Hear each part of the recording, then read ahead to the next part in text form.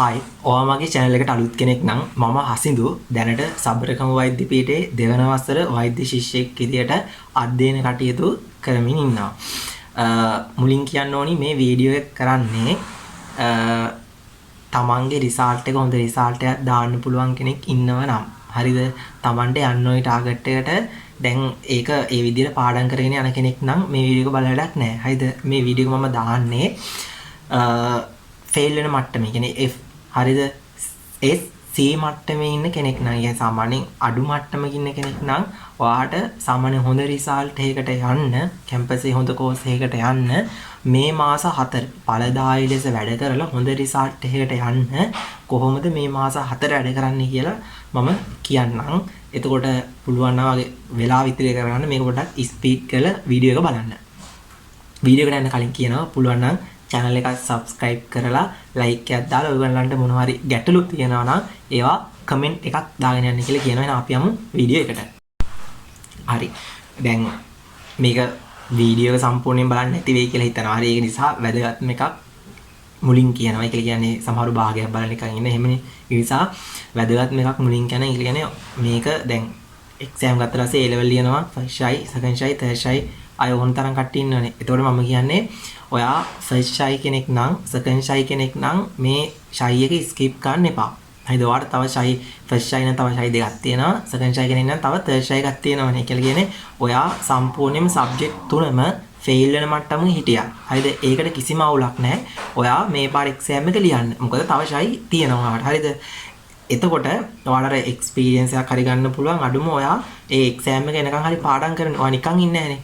ඔයා third shy කෙනෙක් නම් හරිද ඔයා මම දැන් කියන විදියට ඔයා කැමති විදියකට වැඩ කරගෙන යන්න එක්සෑම් වෙනකම්. හරිද? ඒ කියන්නේ පොඩ්ඩක් නිකන් ඉන්න එපා. හොඳට වැඩ කරගෙන යන්න. හරිද? වැඩ කරගෙන ගිහිල්ලා මම කියන්නේ මේක තර්ෂයි කට්ටිය. හරිද?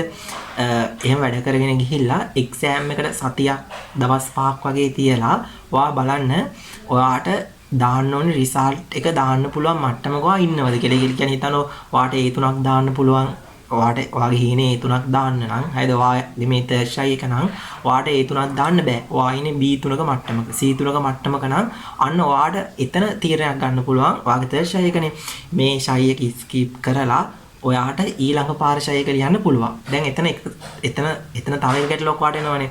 ඒකට තර්ඩ් ෂයි එක ස්කිප් කරලා කැම්පස් ආවට පස්සේ ඔයගලන්ට වෙනස්කම් මොනවා හරි තියෙනවද? නැත්නම් එහෙම ආපුවා ඉන්නවද? අපේ හොඳ උදාහරණයක් නම් අපේ බැච් එකේ තර්ඩ් ෂයි එක ස්කිප් කරලා ආපු එහෙම ළමයි ඕන තරම් ඉන්නවා. ඒ කට්ටියයි අපි අතර කිසිම වෙනසක් නැහැ. කියන්නේ තර්ඩ් ෂයි කියලා කියන්නේ ෂයි 4ක් වගේනේ අපි ගත්තොත්. ඒතකොට එහෙම ආපු ළමයිගේ අපි කියලා කිසිම වෙනසක් නැහැ. ඒ කියන්නේ මොන ෂයි එකෙන් ආවත් කැම්පස් එකේ එක බැච් එක ළමයි එක බැච් එක ළමයි අතර කිසිම වෙනසක් නැහැ. ඒ නිසා බය නැතුව ඔයාගේ ඉන්නේ මෙඩිසින් යන්න නම් ඒ මෙඩිසින් යන්න ඕන නැත්නම් වෙන මොකක් හරි කෝස් එකකට නම් ඒ කෝස් එකට යන්න තරම් ඔයා තාම සූදානම් නැත්තම් එක්සෑම් ලියන්න සූදානම් නැත්තම් ඔයා තර්ඩ් ෂයි නම් ඉන්නේ ඒ ෂයි එක ස්කිප් කරලා ඊළඟ පාර ලියන්න. මොකද තව ෂයි එකක් ඔයගොල්ලන්ට නැති නිසා. සෙකන්ඩ් ෂයි ෆස්ට් ෂයි ළමයි මොන මට්ටමේ හිටියත් රිසල්ට් එක හරිද? ඒ කියන්නේ සබ්ජෙක්ට් තුනටම F එන මට්ටමක හිටියත් අවුලක් නැහැ. ඔක ලියන්න. හරිද ලියන්න. මොකද සෙකන්ඩ් ෂයියට එක ෂයි එකක් තියෙනවා. තව ෆස්ට් ෂයියට මේ ෂයි දෙකක් තියෙනවා. ඒ නිසා ඒක තමයි අංක 1. හරිද? වැදගත් පොයින්ට් එක ඒකයි. හරි. ඔයා මේ වීඩියෝ එක කියන්නේ වෙලාව නිකන් යනවා වගේ දැනෙනවා නම් පොඩ්ඩක් ස්පීඩ් කරලා බලන්න සම්පූර්ණයෙන්. හරිද? අනිවාර්යයෙන්ම වැදගත් දෙයක් මේ වීඩියෝ තුල ඔයාලට තියෙනවා. හරි. ඔයා ඉස්සෙල්ලාම තේරුම් ගන්න ඔයා ඉන්න මට්ටම. හරිද? ඒ කියන්නේ මෙහෙම. ඔයා ඉන්නේ ෆේල් වෙන මට්ටමකද? ඔයා ඉන්නේ Sද නැත්නම් Cද? ඒ වගේ මට්ටම ඔයා බලා ගන්න. ඒ කියන්නේ හිතනවා ඔයාට නිකමට ඔයා පළාත් පේපරයක් හරි මොකක් හරි පේපරයක් නැත්නම් පාස් පේපරයක් හරි කමන්නේ. කියන්නේ කලින් කරපු නැති පාස් පේපරයක් හරි කමන්නේ. අරගෙන ආව පොඩක් ඒ අදාළ ටයිම් එක ලියලා පුළුවන් ටික ලියලා වල ලකුණු දාලා බලන්න. එතකොට ඔයාට එනෝනේ සාමාන්‍ය කියලා කියන්නේ ලකුණු ආවට පස්සේ ඔයාලට හිතා ගන්න පුළුවන් මොන මට්ටමේ ඉන්නේ කියලා. එතකොට ඔයා ඉන්න මට්ටම ඉස්සෙල්ලා තේරුම් ගත්ත ඊට පස්සේ ඔයාට තියෙන්නේ එතනින් ඉස්සරහ තියෙන්නේ ඔයාට මේ පේපරේට ලකුණු ටික එකතු කරගන්න ඕනි. හිතනවා S මට්ටමක නම් ඉන්නේ. ඔයාගේ ටාගට් එක B එකක් නම් යනවා. ඔයාට B එකට හරියන පාඩම් කරගන්න පුළුවන්. හරිද? අංක 1 කියන්න ඕනි. දැන් මෙතන ඔයා මුළු සිලබස් එක මේ මාස 4 සම්පූර්ණ සිලබස් එකම 100%ක් සම්පූර්ණ නැත්නම් කවර් කරගන්න යන්න එපා. හරිද? එහෙම කරන්න ගියොත් වෙන්නේ අර එනි ස්ට්‍රෙස් එකත් එක්ක තමන්ට තියෙන රිසල්ට් එකත් එන එක අඩුවීමක් වෙන්නේ මෙතෙන් වෙන්නේ. හරිද? එතකොට ඔයා අංකයකට මෙන්න මෙහෙම කරන්න. මොකක්ද කරන්න ඕනේ? ඔයා ඉන්න මට්ටමක් තේරුම් ගත්තා දැන්. හරිද? ඔයා තේරුම් අරගෙන දැන් ඔයා වැඩියෙන් වැඩ කරන්න ඕනේ එක්සෑම් එකට එනම ටිකක් කියලා ටිකක් තියෙනවානේ. අන්න ඒ ටික තමයි ඔයා ඉස්සෙල්ලාම ඉවර කරගන්න බලන්න ඕනේ. හරිද? එහෙම ඉවර කරගත්තට පස්සේ අන්න තව කාලේ තියෙනවා ඔයාට පුළුවන් අමතර පාඩම් ටිකක් කවර් කරගෙන ඒ ලකුණු ටික එතනින් ගන්න. එතකොට ඔයාට ඉස්සෙල්ලාම දන්නවනේ පිසිස් තියෙනනේ. මම මේ වීඩියෝ ගන්න පිසිස් වලට. හරිද? පිසිස් වලට අනිවාර්යෙන්ම ඔයා දන්නවනේ ස්ට්‍රක්චර් හතරක් එනවා කියලා. එතකොට ඔයා අනිවාර්යෙන් දන්නවා ස්ට්‍රක්චර් 40 ගාණක් තියෙන්නේ. ඒ 40 ගාණෙන් පිට අහන්නේ නැහනේ. එතකොට ඔයාට ඒ ස්ට්‍රක්චර් 40 ගාණ බලාගෙන ගියොත් අනිවාර්යෙන්ම ස්ට්‍රක්චර් හතරම ලියන්න පුළුවන්. එතකොට ඒ 40 ගාණ බලාගෙන යන එක ඔයාට කිසිම පාඩුවක් වෙන්නේ නැහැ. ඒක නිසා ඔයා මේ දවස් ටික දැන් දවස් 120ක් වගේ තමයි හිතන්නේ. මාසෙ දවස් 30ක් ගාන දැම්මත් අපි මාස 4ක් තියෙනවා. ඒතකොට 120ක් තියෙනවා. හරිද? එතකොට දවස් දෙකකට වාට එක ගානේ බැලුවත් වාට 60ක්. ප්‍රැක්ටිකල් 60ක් නේ 40 ගානේ තියෙනවා. වාට ඒක බලාගෙන පුළුවන්. මත තියාගන්න මේ ප්‍රැක්ටිකල් එක බැලුවට පස්සේ. හරිද? මේ ප්‍රැක්ටිකල් එක අද බැලුවා කියලා හිතන්න දවස් දෙකකට එක ප්‍රැක්ටිකල් බලන්න. ඒ කියන්නේ අද බලලා පුළුවන් නම් අද ඒකට අදාළ පාස් පේපර් ටික වල ටක් ගාලා කරන්න. හරිද? එක්කෝ සර්ගෙන් දීපු මේ ප්‍රශ්න ටිකක් තියෙනවා ඒ ස්ට්‍රක්චර් එකට අදාළව මේ නැත්නම් මේ ප්‍රැක්ටිකල් එකට අදාළව ඒක කරන්න. හරිද? කරලා ඒක මෙහෙමයි. දැන් කරලා නිකන් ඉන්න එපා. ඒක අර මතකේ රඳවා තබා ගන්න එක්සෑම් එක ඉවර වෙනකන්. හරිද? ඒක තමයි ඊළඟ එක. හරිද? මේම වාට ඒ ප්‍රැක්ටිකල් ටික ඔක්කොම ටික බලා ගන්න කිසිම පාඩුවක් නැහැ. හේතුව අනිවාර්යයෙන්ම ස්ට්‍රක්චර් හතරක් ලියන්න පුළුවන් නේ. එතන ඔයා ටාගට් එක තියාගන්න. දැන් ස්ට්‍රක්චර් ලකුණු 20ක් හම්බ වෙනවනේ. ඒතර ඒ 20න් අඩුම 15කට 14කට වගේ ලොකු ලකුණු ප්‍රමාණයකට යන්න පුළුවන්. බැරි නෑ. හරිද? ඒ කියන්නේ මහා ලොකුට අමාරු කරන්නේ නෑ. අර නිකන් මතකය වගේ දෙයක්ත් තමයි ස්ට්‍රක්චර් ටිකේ බලන්නේ. හරිද? ඊට පස්සේ ඔයා අනිත් එක තමයි ඔයා දැන් අර මම කොයි වෙලෙත් කියන වගේ දැන් මොන මට්ටමකටද ඔයා කැමති සහ ඔයාලා ලේසි පාඩම් ටිකක් තියෙනවනේ. ඒ පාඩම් ටික ඔයා තෝරලා වෙනම ලියා ගන්න. හරිද? ඔයා පොඩ්ඩක්වත් බැලුවවත් නැති ඔයාට අමාරුම පාඩම් ටික තියෙන්නේ. අන්න ඒ ටික ඔයා දැන් ඔයාට මේ දැන් ඔයා බලපු පාඩම් ටික තියෙනනේ. ඒක කියන්නේ බලලා හෝ බලලා නැති ඔයාට යම් කිසි අවබෝධයක් තියෙන පාඩම් සම්බන්ධව. එතකොට ඔයාලා ලේසි කියලා පාඩම් ටික ඔයා කැමති පාඩම් ටිකක් තියෙනනේ. ඒ ටික වෙනම ලියාගෙන ඔයා අමාරු සහ පොඩ්ඩක්වත් බලන්න. කිසිම තේරුම් නැති පාඩම් ටික තියෙන්නේ. ඒ ටික ඇතෑරලම දාන්න. හරිද? ඒ ඇතෑරලානේ ඒ ටික වෙනම කොලේ ලියා ගන්නවා. ලියාගෙන ඔයා දැන් බලන්න ඔයාට අර ඔයා කැමති ලේසි පාඩම් ටිකක් තියෙයි කියලා කිව්වේ.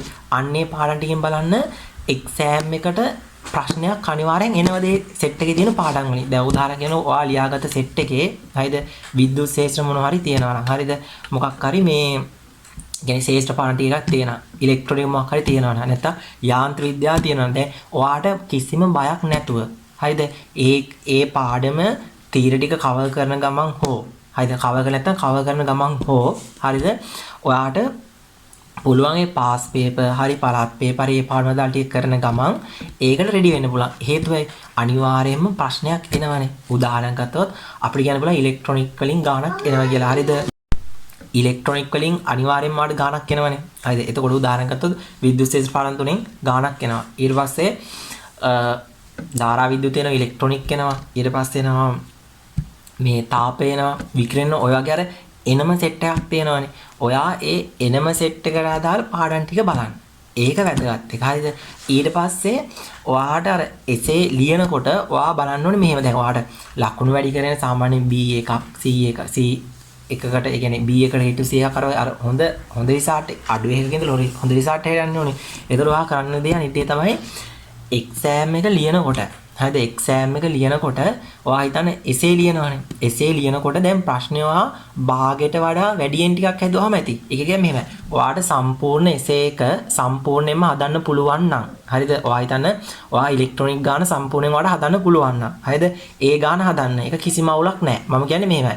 ඔයා ටාගට් කරන් ගියේ විද්‍යුත් ශාස්ත්‍ර ගාන. හරිද? ඔයාට විද්‍යුත් ශාස්ත්‍ර ආව කියලා හිතන්න. ඔයා ඔන්න දැන් ගාන හදනවා. මුල් කැලේ ටික ලේසි. එහෙම හදාගෙන යනවා. සමහරවිට A B C කියලා කොටස් තුනක් තියෙනනේ. ඔයා ඒත් ඇදුව අවුලක් නැහැ. B ඇදුව අවුලක් නැහැ. C C වලට යනකොට පොඩ්ඩක් හිර වුණා. හරිද? දැන් C හදන්න බෑ කියලා හිතමුකෝ. හදන්න බැරිව අමාරු වගේ ඔයාලට තේච්චම ඒ C කොටස හදන්න එපා. හරිද? ඔයා දැන් ඒ essay එකේ ලකුණු භාගයට වඩා වැඩියෙන් අරගෙන තියෙන්නේ. හරිද? අර C කොටසට කියන්නේ අන්තිම කෑල්ලකට පොඩි ලකුණු ප්‍රමාණයක් හම්බෙන්නේ. එතකොට ඔයා ඒකට මහන්සි වෙන වෙලාව ඔයාලට පුළුවන් ඊට වඩා ඒකට අර අන්තිම කොට ඒ ගානේ අන්තිම essay එකේ අන්තිම කොටස මහන්සි වෙන වෙලාවෙන් ඔයාලට පුළුවන් වෙන ගානක් හදන්න. හරිද? වෙන essay එක මුල් කෑලි ටික හදන්න පුළුවන් නේ. ඊට පස්සේ එහෙම ඔයා අර ඒ කියන්නේ ඒ ටික හදාගෙන යන්න. හරිද? දැන් ඔයා හිතනවා ඔයා ප්‍රශ්න 4ක් කරනවා. හරිද? ඒ කරන 4න් හරිද?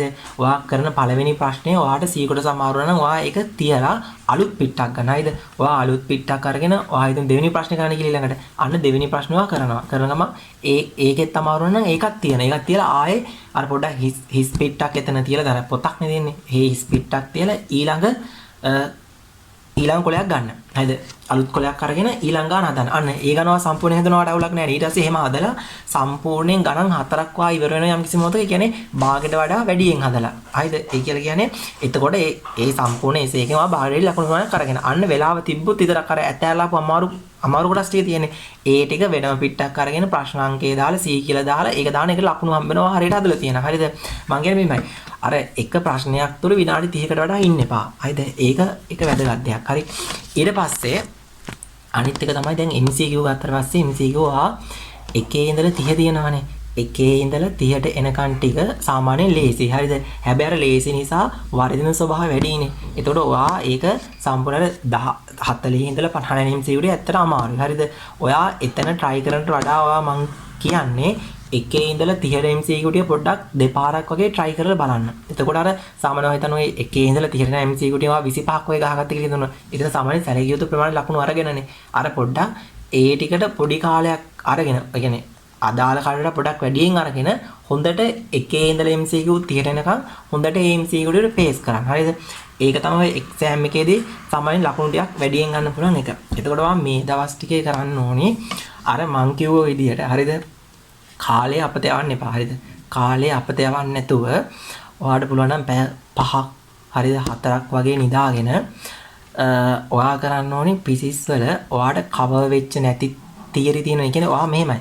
කවර් වෙච්ච නැති කියලා කියන්නේ දැන් ඔයා මේ ලියන්න යන රචනා ප්‍රශ්න ටික දැන් ඔයා හදා ගන්න. ඒ කියන්නේ ඔයාගේ මට්ටමව තේරුම් අරගෙන ඔයා හිතනවා දැන් මට ලේසි පාඩම් ටික මෙන්න මේ පාඩම් ටික. මේ පාඩම් හතර තමයි මට ලේසි. හරිද? ඒතර මේ පාඩම් හතරෙන් මෙන්න මේ පාඩම් වලින් අනිවාර්යයෙන්ම essay එකක් එනවා.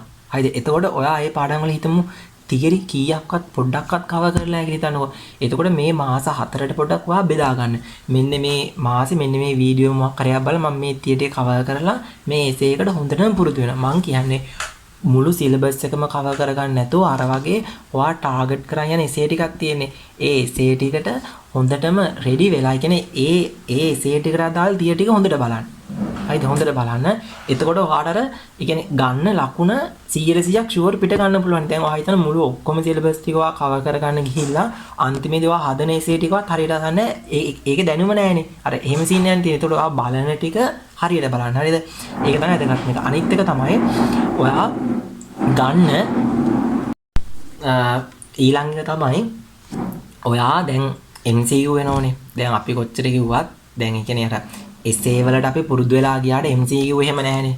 දැන් මේ පාඩම් ටික බලාගෙන ගියාට ඒ පාඩම් ටිකෙන් MCQ ටික විතරට පුළුවන්. හරිද? එතකොට ඔයා කරන් තියෙන්නේ තමයි ගන්න පාස් පේපර් එක. හරිද?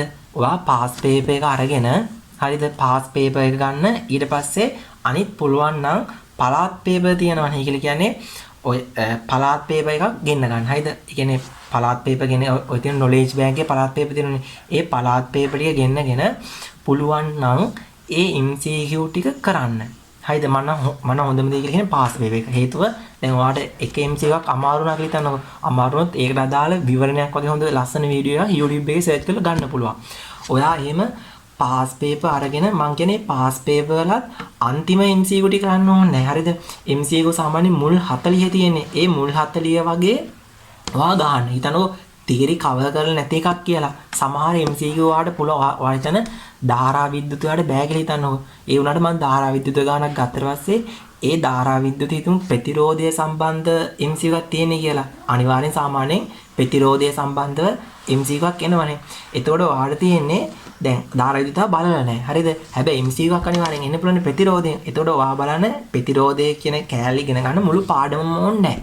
හරිද? ඔයාලා සමහර වෙලාවට එක නෝට් එකක් බලලා YouTube එකේ පොඩි වීඩියෝ එකක් බලලා හරි ඒ අදාළ MCQ එක හිතමු ප්‍රතිරෝධය සම්බන්ධ තිබ්බේ කියලා. ඒ ප්‍රතිරෝධ සම්බන්ධ තියෙන MCQ වලට සර්ච් කරලා බලලා ඒකේ වීඩියෝ ගන්න පුළුවන්. සමහර වීඩියෝ වල ඒ දැන් මේ MCQ එකට අදාළ වටේ තියෙන තිර ටිකත් එක්ක පැහැදිලි කරලා තමයි MCQ එක කියා දෙන්නේ. ඒතර ඔයා හිතනවා ඔයාලට ධාරා විද්‍යුතේ බැරි වුණාට ධාරා විද්‍යුතේ ප්‍රතිරෝධයෙන් සම්බන්ධ මොකක් හරි MCQ එකක් එක්සෑම් එකට આવොත් ඒක ලියා ගන්න පුළුවන්. මම මේකයි කියලා කියන්නේ ඔයා ලියන essay ටික තියෙනවනේ. ඒ essay ටික ටාගට් වෙන විදියට ඔයා පාඩම් ටිකේ තීරි ටික බලාගෙන යනවා. හරිද? ඒත් එක්කම essay ටිකක් කරගෙන යනවා. ඒකට අදාළ අර පේජ් මොකක් හරි MCQ තියෙන ඒ ටිකත් කරගෙන යනවා. දැන් ඒ ටික කොහොමද ස්ටැටිස්නේ? එතකොට ඔයාට අවුල තියෙන්නේ B එකක්, C එකක්, F එකේ ඉන්න කෙනෙක් පාස් වෙන්න. හරිද? පාස් වෙන කෙනෙක් ඊට වඩා හොඳ රිසල්ට් එකක් දාන්න. ඒකනේ. එතකොට අර ටික විතරක් මදි. ඔයා කරන්න ඕනේ අර මං කිව්වා වගේ MCQ ටික තියෙනවනේ. ඔයා ඒ MCQ ටික කරන්න. දැන් ඔයාට මෙහෙම තේරෙන්න පුළුවන්. හරිද? ඔයා දැන් ධාරා විද්‍යුත් ප්‍රතිරෝධ කැලේ තියෙන MCQ ඔයාට කරගන්න පුළුවන්. ඔයා දැන් ධාරා විද්‍යුත් සම්බන්ධව සමහර MCQ එකක් තියෙනවා. ඒකට මුළු ධාරා විද්‍යුතේ තීර ටික මේකට ඇප්ලයි කරන්න ඕනේ. එතකොට ඒ වගේ MCQ එකක් ඔයා අතාරින්න. හරිද? ඒ වගේ ඔය එක එක පාඩම් වල තියෙනවා. ඒ පාඩමේ පොඩි පොඩි කැලලයි ඕනේ. දැන් තව උදාහරණයක් ගත්තොත් අපිට ගන්න පුළුවන් අර ඉලෙක්ට්‍රොනික ගන්නවා. හරිද? ඉලෙක්ට්‍රොනික වල ගේට් කියන කැලල තියෙනවනේ. ඒ ගේට් ටික ඉගෙන ගියා නම් ඒ ගේට් වලින් අනිවාර්යයෙන්ම අර තියෙන බිඳුව එක බිඳුව අර ඒ වගේ එකක් තියෙන. ඒ වගේ MCQ එකක් ඔයගලන්ට අනිවාර්යෙන් වෙනවා. හරිද? එතකොට ඒ කැලල පොඩ්ඩක් බලාගෙන යන්න පුළුවන් ඉලෙක්ට්‍රොනික බලාගෙන යන්න. එතකොට එතන තව එක MCQ එකක් තියෙන. අන්න එහෙම ඔයා හැමදෙස්සම බලන්න ඔයාගේ ලකුණ වැඩි වෙන විදියට පාඩම් කරන්න. ඒ කියන්නේ මෙහෙමයි. සමහර කට්ටිය මුළු මේ මාස 4 ඉස්ප්‍රෙස්ලා මුළු සිලබස් එකම කවර් කරගන්න බලනවා. හරිද? එහෙම කෙනෙක්ට වඩා හොඳ ලකුණු ප්‍රමාණයක් ගන්නවා ටාගට් එකක් තියාගෙන මෙන්න මේ ටික මම එක්සෑම් වල කලින් කවර් කරගෙන ගිහිල්ලා මෙන්න මේ ටිකෙන් එන ප්‍රශ්න ටික තියෙන්නේ. මෙන්න මේ ටිකෙන් එන ප්‍රශ්න ටිකට හොඳටම 100ක් ලියනවා. හරිද? එතකොට අර කට්ටිය මුළු සිලබස් එකම බලාගෙන යනවා. ඒ කට්ටිය මුළු සිලබස් එකම බලාගෙන යනවා. එතකොට අවුලක් නැහැ කියලා හිතාගෙන ගියාට ඒ එන ප්‍රශ්න ටිකට 100ක් හොඳට මුහුණ දෙන්න බෑ. හේතුව උඩින් පල්ලේ වගේ ටක් ටක් ගාලා බලාගෙන යනවා. හැබැයි මම කියන විදිහට කියලා ඔයා ටාගට් එකක් ඇතුව මෙන්න මේ පාඩම් ටික විතරක් කවර් කරගෙන ගියොත්, ඒ කියන්නේ කවර් කරන පාඩම හොඳට කවර් කරගෙන ගියොත් ඔයාට පුළුවන් මොකද්ද 100ක් හොඳ රිසල්ට් එකක් දාන්න පුළුවන් මේ පාඩමේ. ඒක තමයි එතන තියෙන chance එක. හරිද? එතකොට මම කියන දේ සරලව තේරුම් ගත්තොත් මෙච්චරයි. ඔයා මේ මාස 4 තියෙනවානේ. ඔයා මේ මාස 4 ප්‍රැක්ටිකල් 42ක් 43ක් ඒ ගාන තියෙනවා. ඒ ඔක්කොම ටික බලාගෙන ඉන්න. කියන්නේ එක්සෑම් එකට යන්න කලින් ඒ ප්‍රැක්ටිකල් 40 ගානේ මොන ප්‍රැක්ටිකල් එක ආවත්. හරිද? මොන ප්‍රැක්ටිකල් එක ආවත් සම්පූර්ණයෙන් ලියන්න පුළුවන්. ඒ කියන්නේ ප්‍රැක්ටිකල් 4 ලකුණු 20ක් හම්බ වෙනවා. 20න් 15ක් 16ක් 14ක් වගේ හොඳ ලකුණු ප්‍රමාණයක් ගන්න පුළුවන් විදිහට බලාගෙන යන්න. සමහර ප්‍රැක්ටිකල් වලට අදාළ පාඩමේ තියරි ඕනේ නැහනේ. ඒතකොට මේ ස්ට්‍රක්චර් ටික ලියන්න පුළුවන් පීස් වලට. හරිද? ඒක වාගේ අංක එක. හරිද? ඊළඟ එක තමයි ඔයාලට තියෙන මේ අර මංක වගේ essay ටික තියෙනනේ. ටාගට් කරපු essay ටික අර මංක වගේ ඔයා වෙන් කරගන්න මොකක්ද? ඔයා ආස සහ ඔයා පොඩ්ඩක් හරි දන්න. ඒ කියන්නේ මෙන්න මේ පාඩේ මේ වගේ දෙයක් අහන්න කියලා ඒ පාඩම් ටික වෙන් කරගෙන ඒ ටික ලියාගත්තා. බැරි ටික මොකක්වත් නැති පාඩම් ටික වෙන් කරගත්තා. එතකොට ඔයාට තියෙන්නේ ඔයා ආස හෝ ඔයා පොඩ්ඩක් හරි බලලා තියෙන පාඩම් ටිකේ තියෙනවනේ. ඒ පාඩම් ටිකෙන් බලනවා අනිවාර්යෙන් essay ප්‍රශ්න එනවද කියලා. ඊට පස්සේ ඒ ටිකක් බලන ඊට පස්සේ අර පොඩ්ඩක් අර අයින් කරපු පැත්තනොත් පොඩ්ඩක් බලනවා. දැන් අතන MC අපි තුමු අර ඔයා කැමති කියලා වෙන් කරපු පාඩම් ටික තියෙන. එතනින් එන්නේ essay 4 essay 3යි නම් තව essay එකක් එපා. ඒතර ඔයා බලනවා අකමැති පාඩම් සෙට් එකෙන්ම තව අඩුවෙන් චුට්ටක් හරි කැමති පාඩම් තියෙද බලලා ඒ පාඩමුත් වෙන් කරලා ගත්තා. ඒතකොට ඒ පාඩම් 4 100ක් හොඳටම බලා ගන්නවා මේ මාස 4 ඇතුළත. ඊට පස්සේ අනිත් එක තමයි ඔයාට ගන්න තියෙන්නේ දැන් ඒ පාඩම් 4ට අදාළව ඔයාට MCQ આવොත් ඒ කරන්න පුළුවන්. ඒක අවුලකුත් නැහැ. ඊට පස්සේ අනිත් එක තමයි ඔයා පුළුවන් නම් හරිද පුළුවන් නෙමෙයි අනිවාර්යයෙන්ම පාස් පේපර් ගන්න. 2010 වගේ ඉඳලා හොඳයි. හරිද 2010 ඉඳලා දැන් 24 නම් පාස් පේපර් තියෙන මේ පාස් පේපර් ටික අරගෙන මේක කරවන්න ආයි සුපිරිම. හරිද? ඔයා කරන්න ඕනේ පාස් පේපර් ටික අරගෙන අන්තිම MCQ 10 නැතත් කමන්නේ. ඒවා සාමාන්‍ය අමාරු ඒවා නෙන්නේ. 4 ඉඳලා 50 නම් ඕනේ. 1 ඉඳලා 4 නම් MCQ ටික ඔයා කරන ගමන් ඔයාලා කරන් තියෙන අර මං කිව්වා වගේ දැන් කරන්න පුළුවන් නම් ඒකට හරියට දාලා ඒක ටිකක් තියන්න. බැරි MCQ ටික තියෙනවා අපිට YouTube එකේ සර්ච් කරලා ඒක බලන්න. එතකොට සමහර YouTube එකේ ඒ කියන අයලා කළ කියනවා ඒ MCQ වල අදාළ තියරි වපසිටියත් එක්ක තමයි MCQ කියා දෙන්නේ. එතකොට ඔයාට ඒ සම්බන්ධ මුළු ධාරා විද්‍යුතයේම බැරි වුණාට ඔයාට ප්‍රතිරෝධය කැලේ විතරක් පුළුවන් ප්‍රතිරෝධය සම්බන්ධ MCQ එකක් આવත් ඒක ගහ ගන්න පුළුවන්. අර ඒ වටිනාකම තියෙන MCQ කරන එකෙන්. එතකොට ඔයාට මෙන්න මේ වැඩ ටික තමයි ඔයාට මේ මාස 4 ඇතුළත කරන් තියෙන්නේ. ඊට පස්සේ අනිත් එක තමයි පහට නිදා ගන්න එපා. හරිද? ඒක අංක 1. ඒක වැදගත් දෙයක්. හරිද? ඊට පස්සේ නිකරුණේ කාලේ නාස්ති කරන්න එපා. දැන් ඔයා දැනුත් ඔය මට්ටම නම් ඉන්නේ මගේ මතේ. හරිද? රිවිෂන් එකකට යනවා නම් රිවිෂන් එකෙන් වැඩක් ඔයාට වෙනවා නම් විතරක් යන්න. නැත්තම් රිවිෂන් එකට යන්න එපා. හරිද? අනිත් දේ තමයි පේපර් ක්ලාස් එකකට යනවා නම් ඔයා අඩුම ඒ පේපරේ දැන් මේ සතියේ ලියන පේපර් එකට වඩා වර්ධනයක් එන සතියේ ගන්න විතර වැඩ කරන්න ඕනේ. හරිද? නැත්තම් ඔයා හිතනවා මේ සතියේ මට ලකුණු පේපරේ 25යි නම් හරිද? පේපර් ක්ලාස් එකේ එන සතියේ 25යි නැත්තම් ඊට වඩා අඩුයි නම් ඒ පේපර් ක්ලාස් එක හොඳ ඇති. හරිද? ඔයාට ඒකෙන් වැඩක් වෙලා නැහැ. එතකොට ඔයා බලන්න ඕනි ඒ පේපරේ එන්න ලකුණු 2 3 හරි වැඩි කරගෙන එක්සෑම් එකනකම් යන විදි තමයි වැදගත් වෙන්නේ. හරිද? එතකොට ඔන්න ඔය ටික මං කියනවට මේ මාස 4 තුල කරන්න. හරිද? එතකොට කරොත් ඔයාට අනිවාර්යයෙන්ම ඒ කියන්නේ දැන් ඉන්න මට්ටමකට වඩා හොඳ රිසල්ට් එකක් දාන්න මේ වැඩ ටික ඔයාට හොඳටම ප්‍රමාණවත්. ඔය දැන් මෙහෙම දැන් මේ ෆිසික්ස් වලටනේ ඔය වගේම එකක් කෙමිස්ට්‍රි වලට බයෝලොජි මන් දාන්න. හරිද? ඔයගොල්ලන්ට මොනවා හරි ඒ සබ්ජෙක්ට් සම්බන්ධ දැනගන්න ඕන දේවල් තියෙනවා. ඒ කියන්නේ මෙහෙම කරොත් හොඳයි මෙහෙම කරොත් හොඳ නැද්ද මේ මාස 4 කියලා මේ ගැටලුවක් තියෙනවා කමෙන්ට් එකක් දාගෙන යන්න. හරිද? එතකොට මම ඊළඟට දාන වීඩියෝවට ඒක කරලා ඔයගලන්ට කියලා දෙන්නම් මේක හොඳයි මේක හොඳ නැහැ කියලා. එහෙම වීඩියෝ හොඳයි නම් ලයික් එකක් දාගෙන යන්න පුළුවන් නම් channel එක subscribe කරගෙන යන්න.